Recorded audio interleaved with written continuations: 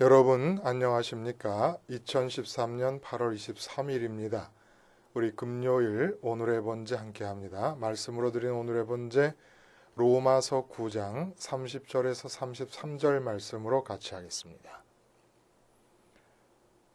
같이 읽어봅니다. 시작. 그런즉 우리가 무슨 말을 하리요? 의를 따르지 아니한 이방인들이 의를 얻었으니 곧 믿음에서 난 의요. 의의 법을 따라간 이스라엘은 율법에 이르지 못하였으니 어찌 그러하냐? 이는 그들이 믿음을 의지하지 않고 행위를 의지함이라. 부딪힐 돌에 부딪혔느니라. 기록된 바 보라, 내가 걸림돌과 거치는 바위를 시온에 두노니 그를 믿는 자는 부끄러움을 당하지 아니하리라 함과 같으니라. 오늘 우리가 함께 읽은 말씀 중심으로 열 손가락 가락지 믿음이라는 제목의 하나님 말씀 증거합니다. 여러분 열 손가락 가락지, 열 손가락에 다 가락지를 낀 그런 상태를 무엇과 연상을 하십니까? 기생 논개가 생각이 나잖아요. 그렇죠?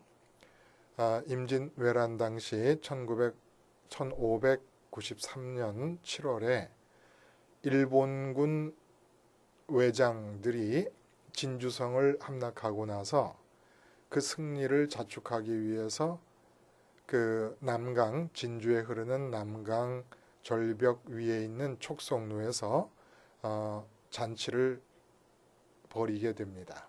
그런데 그 당시 그 진주성의 관기였던 논개가 이 잔치에 참여하였다가 계획을 세웁니다. 잔치에 참여하기 전에 계획을 세웠겠죠. 열 손가락에 가락지를 끼웁니다. 그 참 보면서 물어봤을 것 같아요. 사람들이 너는 왜 열 손가락에다 가락지를 끼웠느냐? 그러지 않았겠습니까? 하여간 독특한 취향이다라고 생각을 했을지 모르는데 그 열 손가락에 가락지를 끼고 그 당시 진주성을 함락한 일본 외장이었던 게야무라 로쿠스케가 술에 취해 있는 틈을 타서 그를 유혹해가지고 시퍼런 물이 흐르고 있는 그 바위 위에 그를 유혹해서 끌고 가서 거기서 떨어져 꼭 그 열 손가락 가락지를 낀 손으로 그 게야무라 로쿠스케를 끼어안고 아래로 그 시퍼런 물로 풍덩 빠져 죽게 됩니다. 이 사실에서 오늘 우리가 열 손가락 가락지 믿음이라는 제목을 비유적으로 끄집어내 본 것이에요. 오늘 본문과 연관지어서 이 비유를 우리가 이해하기 위해서 좀 더 농개가 그 게야무라 로쿠스케를 끼어안은 상태를 좀 현미경으로 확대해 보듯이 본다 그러면 농개가 적장과의 거리를 없앴습니다. 그렇죠? 그 게야무라 로쿠스케와의 농개와의 거리가 없어지면서 이 외장이 죽은 거예요. 만약에 논개가 이 게야무라 로쿠스케와 거리를 두었다면 게야무라 로쿠스케는 멀쩡하게 살아서 술 취한 거 하룻밤 자고 깨어나서 그 다음 날도 진주성 주변을 계속 약탈하고 만행을 저질렀을 것입니다. 아마 이 외장에 의해서 수없이 많은 조선 민족들이 또 칼부림을 면치 못했을 것이에요. 그런데 거리를 없앰으로써 게야무라 로쿠스케와의 거리를 없앰으로써 이러한 이 외장의 만행이 중단될 수 있었습니다. 이런 것과 마찬가지로 십자가의 예수님이 비유 속에서 이 외장의 자리에 서게 되는 것이 마음에 조금 꺼림직합니다. 그러나 비유로서는 너희가 그 세상의 자녀들과 같이 마귀의 자식들과 같이 지혜로워라. 독사처럼 뱀처럼 지혜로워라 라고 하는 그런 비유도 가능한 것과 마찬가지로 이건 비유입니다. 비유. 이 비유 속에서 우리가 그대로 따와서 신앙에 적용을 하자 그러면 십자가 예수님은 논개가 적장 게아무라 로쿠스케를 끼어하는 것처럼 내 마음으로 내 마음에 10손가락에 가락지를 끼고 끼어 안으면 나를 구원하는 주님이 되시고 십자가의 예수님과 거리를 두지 않습니까? 논개가 그 로쿠스케가 다가왔을 때 아이 속으로 아이 더러운 이 외장이 나를 건드리네. 내가 비록 기생이지만 너 같은 녀석에게 정말 내가 수청 둘 수는 없다. 이렇게 마음으로 거부하고 했다 그러면 로쿠스케는 살아서 아마 농개도 죽였고 계속해서 그러한 약탈을 감행했을 것입니다. 마찬가지로 예수님과 거리를 두지 않습니까? 그러면 십자가에 달려 죽으신 예수님은 우리의 삶에 대해서 부딪힐 돌이 되십니다. 우리의 삶을 산산조각을 내버리신다 이 얘기입니다. 그러므로 예수님께서 본문에 나오는 대로 부딪힐 돌이 되지 않고 주님 십자가에 달려서 돌아가신 주님이 나의 구원의 주님이 되시려면 내 영원한 복의 근원이 되시려면 내가 그 주님을 10손가락 가락지를 끼고 끼어 안아야 된다는 거예요. 주님의 십자가에서 달려 돌아가신 주님과 거리를 없애지 않으면 그 십자가에 달려 돌아가신 주님은 십자가에 달려서 꼼짝없이 죽으신 주님임에도 불구하고 우리의 삶에 대해서 부딪힐 돌이 되십니다. 우리 삶에 대해서 부딪힐 돌이 된다는 것이 무슨 얘기겠습니까? 내 삶의 의미 자체를 완전히 산산조각으로 내서 의미 제로인 삶을 만들어낸다는 얘기예요. 그러니까 이렇게 얘기할 수 있어요. 지금 여러분 고민하시는 게 뭡니까? 어떻게 내가 사업을 좀 잘해볼 수 있을까 고민하고 계십니까? 어떻게 내가 이 분야에서 제 1인자가 될 수 있을까 하고 최선을 다해서 노력하고 계십니까? 이런 것들이 다 주님을 10손가락 가락지를 끼고 끼어 앉지 않으면 그래서 절대로 주님으로부터 단 주먹 하나가 들어갈 수 있는 거리도 허락하지 않겠다는 결심으로 주님을 끼어 앉지 않으면 지금 내가 내 분야에서 1인자가 되겠다고 고민하고 있는 이 고민 의미가 없는 거예요. 먼지 같은 겁니다. 내가 자식을 어떻게 좀 잘 키워볼 수 있을까 지금 여러분 고민하고 자식을 잘 키우기 위해 최선을 다하고 있지 않습니까? 이거 아무 의미가 없는 거예요. 그냥 정말 먼지가루 하나 얻겠다고 지금 그 고민을 하고 있는 것과 마찬가지라는 거예요. 지금 아침에 일어나서 저녁 늦게까지 수고하고 있지 않습니까? 주님을 마음으로 10손가락 반지 끼고 주님을 끼어 앉지 않으면 아무 소용없는 겁니다. 헛된 짓을 하고 있는 거예요. 예수님의 십자가가 그 주님을 끼어 앉지 않으면 그렇게 성실하게 최선을 다하는 우리의 인생 전체를 다 의미 제로로 만들어버리는 부딪히는 돌이 됩니다. 그럼 어떻게 해야 되느냐? 논개처럼 논개가 외장을 10손가락 가락지 끼고 끼어 안았던 것처럼 모든 문제와 모든 상황에서 우리는 십자가의 예수님을 마음으로 끼어 안아야 됩니다. 삶의 문제에 대해서 주님을 끼어 안음으로써 죽어야 됩니다. 그것이 모든 문제에 대한 정답이에요. 그렇게 주님과 함께 죽지 않고 지금 내게 닥쳐진 문제에 대해서 내 마음이 죽지 않고 그 문제를 내가 끼어 안고 최선을 다하잖아요. 그러면 부딪힐 돌이신 주님, 십자가에 달린 돌아가신 주님과 부딪혀서 내 의미는 내 삶은 아무런 의미가 없는 의미 제로의 삶이 됩니다. 지금 완전히 헛된 짓거리를 우리가 하고 있는 거예요. 그렇게 우리가 주님을 주먹 하나 들어갈 정도의 간격도 없이 열 손가락에 가락지 끼고 꼭 끼어 안아서 세상 문제에 대해 죽어요. 어떻게든지 십자가 달린 주님에게서 떨어지지 않으려고 바둥거려야 된다는 겁니다. 그러니까 주님의 십자가는 죄사함 받는 데만 쓰는 게 아니에요. 주님의 십자가로 삶을 살아야 돼요. 그렇게 주님의 십자가에서 조금도 간격 없이 깍 끼어 앉고 거기에 딱 붙어 있을 때 그때 어떤 일이 일어나느냐? 우리 삶에서 하나님의 통치, 하나님의 행위가 나타나기 시작합니다. 이게 바로 믿음의 삶이라는 거예요. 자, 이러한 전제를 우리가 갖고 오늘 본문을 보면 이해하기가 좀 더 쉽고 큰 은혜가 우리에게 주어집니다. 오늘 본문의 논점은 29절까지 9장 전체가 도대체 동족 이스라엘이 왜 모든 여건에서 이방인들보다 하나님의 아들이신 예수님을 믿음에 있어서 더 유리할 것만 같은데 상식적으로 보면 근데 왜 그들이 믿지 않을까? 이것은 하나님의 선택이 없기 때문이다.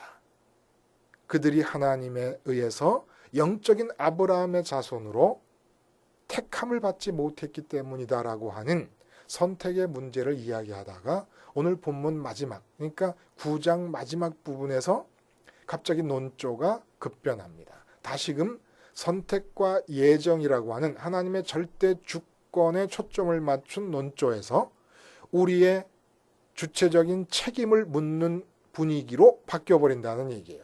우리가 믿지 않았기 때문에 문제가 되고 우리가 회개하지 않았기 때문에 문제가 된다고 하는 그러한 맥락으로 바뀌어버립니다. 이 두 가지 맥락을 모순으로 보지 말고 신비로 보자 그랬어요. 신비로. 분명히 내가 회개하고 내가 믿는 것이고 내가 믿어야만 하는 것입니다마는 그렇게 애쓰고 싸우듯이 내가 믿고 지나간 뒷자리를 돌아보면 언제나 하나님의 은혜였고 하나님께서 믿게 해주셨기 때문이고 하나님께서 믿게 해주신 이유는 나를 택정하셨기 때문이다. 내가 택정을 받은 이유는 이 세상에서 내가 무엇을 어떻게 잘했기 때문이 아니라 내가 태어나기도 전에 하나님이 나를 당신의 아들로 삼으시려고 정하셨기 때문이다 라고 하는 정말 내가 믿을 때의 현장의 순간을 생각하면 도저히 모순되어서 성립될 수 없는 그러한 이야기가 신비하게도 돌아서 회고를 할 때면 꼭 우리 마음에 자리 잡게 된다는 얘기입니다. 돌아보면서 야, 내가 이렇게 잘했구나. 내가 이렇게 참 어려움을 뚫고 많은 장애와 유혹이 있었음에도 불구하고 잘 믿고 이렇게 왔구나라고 생각하는 사람이 있다면 그 사람의 믿음은 잘못된 믿음입니다. 그건 기독교의 믿음이 아니에요. 바른 믿음이라면 반드시 하나님의 절대 주권에 의한 선택을 떠올리지 않을 수가 없게 되는 겁니다. 모든 공로는 하나님의 긍휼히 여기시는 그 무한한 자비하심에 근거된 나에 대한 선택에 다 돌아가야 되는 것이에요. 자, 이렇게 해서 참 모순처럼 보이는 이 신비함에서 우리의 책임이 강조되어지는 맥락으로 다시 돌아오게 됩니다. 그래서 말씀하시기를 뭐라고 하냐면 30절에 그런즉 우리가 무슨 말을 하리요? 의를 따르지 아니한 이방인들이 의를 얻었으니 곧 믿음에서 난 의요 이렇게 얘기합니다. 여러분, 의를 따르지 아니한 이방인들이다라고 하는 말의 뜻이 뭐겠어요? 의를 따르지 않았다는 것은 의가 뭐라고요? 하나님의 마음에 드는 거라 그랬습니다. 하나님의 마음에 드는 게 의예요. 근데 그 하나님의 마음에 드는 일을 따르지 않고 살았다. 이건 어떤 뜻이 될까요? 모든 이방인들이 하나님의 의를 따르지 않는 삶을 살았죠. 하나님 마음에 들려고 하지 않았죠. 근데 이게 이방인들뿐만 우리 이방인들 중에서 믿는 사람이 됐지만 아브라함의 자손으로 부름을 받았지만 혹시 우리 중에도 의를 따르지 않는 삶이 일어나고 있는 건 아닐까요? 물어볼 수 있다는 거예요. 우리 중에서도 의를 따르지 않는 삶을 사는 경우가 있어요. 그 의를 따르는 삶이 뭐냐면 이런 거예요. 예를 들어 가정에서 문제가 일어났습니다. 자녀와 부모 간에 문제가 생겼어요. 자녀가 사춘기가 돼서 반항을 합니다. 그럼 이때 어떻게 문제를 해결해 나가야 됩니까? 이때 의를 따르는 삶은 무엇입니까? 이때 의를 따르는 삶은 나에게 반항하는 자녀를 앞에 두고 그 자녀를 붙잡고 씨름하는 게 아니에요. 나에게 반항하는 자녀가 있는 이 와중에 내가 어떻게 하면 하나님의 마음에 들 수 있을까를 생각하는 겁니다. 나에게 반항하면서 저대로 반항기가 죽지 않고 계속 나가다가는 내 그 인생이 정말 예측 불허의 불행이 닥칠 수도 있을 거라고 하는 위기감에 의해서 내 자식을 어떻게 최선을 다해서 좀 좋은 길로 이끌어 볼까라고 모든 세상 부모들이 갖고 있는 이 당연한 마음가짐을 갖는 게 아니라 의를 따르는 삶이라는 것은 그 자식 걱정하는 게 아니라는 거예요. 자식 걱정하지 않고 뭘 걱정하느냐? 지금 내가 이 나에게 반항하는 자식 앞에서 어떻게 말하고 어떻게 행동하면 하나님의 마음에 들 수 있을까를 생각하는 것. 이게 바로 의를 따르는 삶이라는 거예요. 사업이 지금 망할 수도 있는 위기에 처해 있습니다. 사업에서 또 직장에서 어려움에 처해 있습니다. 이때 의를 따르는 삶은 어떻게 직장에서 내가 부장님 마음에 잘 들어서 이 위기를 모면할 것이냐. 어떻게 나에게 맡겨진 일을 잘 수행해서 회사에 도움이 될 것이냐. 이렇게 회사와 상관과 사장님을 의식하는 게 아니라 의를 따르는 삶이라는 것은 지금 내가 이 회사 안에서 어떻게 행해야 하나님의 마음에 들 수 있을 것인가를 생각하면서 행동하는 것이 이게 바로 의를 따르는 삶이라는 겁니다. 마치 요셉이 보디발의 집에 있을 때 그가 행하는 모든 것들에 하나님께서 복을 주셨다 그러잖아요. 그건 왜 그렇습니까? 요셉이 이 보디발의 집에서 어떻게 보디발의 마음에 들 것인가를 생각한 게 아니라 어떻게 하나님의 마음에 들 것인가를 생각하면서 일을 했기 때문이라 이겁니다. 이게 바로 의를 따르는 삶이라는 거예요. 그러니까 인생에서 의를 따르는 삶은 너무너무 간단하고 쉬운 거예요. 우리는 직장에 가면 직장 상사의 마음에 들려하고 가정에 오면 가정에서의 그 문제를 또 끌어안고 예? 교회 가면 교회 가서 또 목사님 마음에 들어야 되고 장로님 마음에 들어야 되고 가는 곳마다 마음에 들어야 될 대상이 달라지는데 의를 따르는 삶은 가는 곳마다 어떤 상황이 주어지더라도 오직 하나만 신경 쓴다 이겁니다. 오직 하나님의 마음에만 들기 위해서 산다는 것이에요. 이게 바로 이방인들에게 이루어졌다는 얘기입니다. 근데 이스라엘 사람들은 하나님의 마음에 들려고 살았다는 거예요.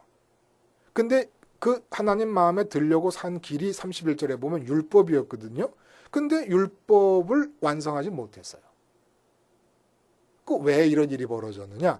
하나님의 마음에 들려고 산 사람들은 하나님의 마음에 들지 못하고 하나님의 마음에 드는 것과는 관계가 없이 살았던 이방인들은 오히려 이제 하나님 마음에 드는 삶을 살게 됐다는 겁니다. 그 왜 그러냐면 32절에 보면 믿음에 의지하지 않고 행위에 의지했다 이렇게 얘기합니다. 그래서 하나님 마음에 못 들었다. 행위에 의지했기 때문에 하나님 마음에 못 들었다는 거예요. 이게 무슨 얘기일까요, 여러분? 믿음에 의지하면서 살았다는 얘기는 믿음을 통해서 하나님 마음에 들려고 했다는 거예요. 그러니까 가정에서든 직장에서든 시장에서든 그 누구를 만나서든지 간에 항상 믿음을 통해서 앞에 있는 사람과 놓여져 있는 상황에 어떻게 대처할까를 걱정한 게 아니라 믿음을 가지고 언제나 하나님의 마음에 들 것만을 생각하며 사는 사람들로 됐다 이겁니다. 근데 반면에 유대인들은 계속해서 어떻게 내가 행동을 함으로써 하나님 마음에 들 것인가를 생각했는데 여기서 문제가 뭐냐 하면 하나님 마음에 들려고는 했지만 행위로 하나님 마음에 들려고 했기 때문에 실패가 됐다 이거예요. 자, 그러면 여러분 믿음에 의지하면서 살았다는 게 뭘까요? 믿음에 의지하면서 살았다는 것은 마음의 심장을 꺼내서 하나님께 드리는 거였습니다. 이 바로 믿음이에요. 그러면 행위에 의지하는 건 뭡니까? 마음의 심장이 몸에 붙어 있습니다. 몸에 붙어 있어서 가정의 문제를 닥치면 그 가정의 문제에 내 마음이 반응해서 판단합니다. 이 문제는 이렇게 돼야 된다, 저렇게 돼야 된다. 답을 내놓습니다. 그 다음에 그 답을 얻기 위해서 하나님 마음에 들려고 하는 거예요. 쉽게 말하면 우리 가정이 부자가 될 수 있기 위해, 부자가 되는 게 답입니다. 그 답을 내놓고 그럼 어떻게 부자가 되느냐? 하나님 마음에 들어야 된다. 그래서 하나님 마음에 들기 위해서 행위를 하는 거예요. 마음의 심장은 어디가 있습니까? 돈에 가 있습니다. 마음의 심장은 어디가 있습니까? 직장에서 승진에 가 있습니다. 근데 내가 승진을 하려면 어떻게 해야 되느냐? 부장 마음에만 잘 들어서 되는 게 아니다. 하나님 마음에 들어야 된다. 그래서 하나님 마음에 잘 들기 위해서 교회 가서 충성합니다. 교육부 부장님으로 헌신합니다. 이렇게 행위를 가지고 하나님의 마음에 들려고 한 거예요. 근데 내 심장의 마음 심장은 어디다 주었냐 하면 세상의 승진에다 주었고, 이 세상의 돈에다 주었고, 이 세상의 가치에 줘버린 겁니다. 그리고는 내 마음이 내 몸을 움직여가지고 하나님 마음에 들어서 내가 마음 심장을 주고 있는 이 세상의 가치들을 이루겠다고 한 거였다 이거예요. 그러니까 실패했다는 겁니다. 이게 바로 행위에 의지했다는 거예요. 어떻게 하나님 마음에 들려고 했느냐? 내 행위를 의지한다. 행위를 통해서. 근데 사도 바울이 말하는 믿음이라는 것은 행위가 일어나기 이전에 네 마음의 심장을 지금 누구한테 주고 있느냐를 문제 삼는 거라는 거예요. 근데 유대인들은 마음의 심장을 세상 사람들이 좋아하는 것과 똑같이 돈해주고 출세해주고 성공해주고 형통해줬는데 세상 사람들과 다른 것은 그 똑같은 소원을 이루기 위해서 하나님께 마음에 들려고 해서 율법을 지켰다. 이게 바로 율법주의라는 겁니다. 율법의 근본 정신을 망각한 율법주의라는 거예요. 그러니까 마음을 딴 데다 주고는 계속해서 하나님의 힘을 통해서 그 마음을 주고 있는 것들을 이루려 했으니까 결국 하나님 마음에 들지 못하게 돼버렸다 이겁니다. 그러나 이방인들은 어떻게 삽니까? 하나님 모르고 살다가 주님의 십자가 복음이 전해지자 십자가 복음을 받아들입니다. 그래서 이들이 사는 방법은 뭐냐면 논개식으로 사는 거예요. 열 손가락에 가락지 딱 끼고 어떻게 사느냐? 문제가 생기잖아요. 문제가 딱 생기면은 십자가의 주님을 꽉 끼워안아 버립니다. 그 문제를 끼워안는 게 아니에요. 내게 주어진 꼭 내가 해결해야 될 것만 같은 경제적인 문제, 건강 문제, 자녀 문제, 직장 문제 이런 걸 끼워안는 게 아니라 십자가의 주님을 끼워안아 버립니다. 십자가 주님은 죄 용서함에만 우리에게 효력을 발휘하시는 분이 아니세요. 삶 전체가 십자가로 살아야 되는 거예요. 그게 믿음을 의지하는 삶이라는 거예요. 그래서 십자가를 꽉 끼워안으면 어떻게 되느냐? 내게 당면해서 주어지고 있는 문제에 대해서 내가 꽉 죽어버리는 거예요. 내 마음이 죽어버려요. 그래서 내 마음이 그 문제에 대해서 죽으면서 어떻게 되느냐? 주님 따라서 하나님께 드려지지요. 이래서 하나님 마음에 들게 된다는 거예요. 이렇게 마음에 들잖아요. 그러면 어떤 일이 일어나느냐? 지금 내게 당면해진 그 문제에 대한 하나님의 행위가 나타난다는 겁니다. 근데 이걸 이루지 않고 내가 이 문제를 내가 끼워안고 내가 거기에 맞서서 행동을 하려 한다든지 그 문제의 해결에 답을 해놓고는 그 답을 이루기 위해서 하나님 마음을 끌어당기려고 한다든지 하는 삶을 살게 될 때 어떤 일이 일어나느냐? 십자가에 달린 주님이 구원의 주님이 아니라 우리의 삶의 의미를 산산조각 내버리는, 그러니까 내가 노력하는 최선의 노력들이 다 무의미한 것으로 되게 해버리는 부딪힐 돌이 돼버리신다 이겁니다. 그래서 믿음을 의지하는 삶, 행위를 의지하는 삶을 얘기하는 것이에요. 믿음을 의지하는 삶은 어떤 상황이 주어지고 어떤 문제가 주어지더라도 마음의 열 손가락에 가락지를 끼고 십자가의 주님을 논개가 외장을 끼워안듯이 그렇게 꼭 끼워안고 절대로 풀리지 않게, 열 손가락 가락지를 끼웠기 때문에 풀리지 않게 예수님께 붙어있는 것, 이게 바로 믿음을 의지하는 삶이고, 이렇게 믿음을 의지해서 내 마음이 하나님께 드려지게 되면 내 마음이 등지고 떠난 이 세상의 모든 문제에 대한 하나님의 행위가 우리 몸을 통하여 나타나게 될 것입니다. 기도하시겠습니다. 하나님 아버지, 논개가 외장을 끼어 앉듯이 우리 마음의 열 손가락에 가락지를 끼고 우리 십자가에 달려 죽으신 주님을 끼어 앉게 하여 주시옵소서.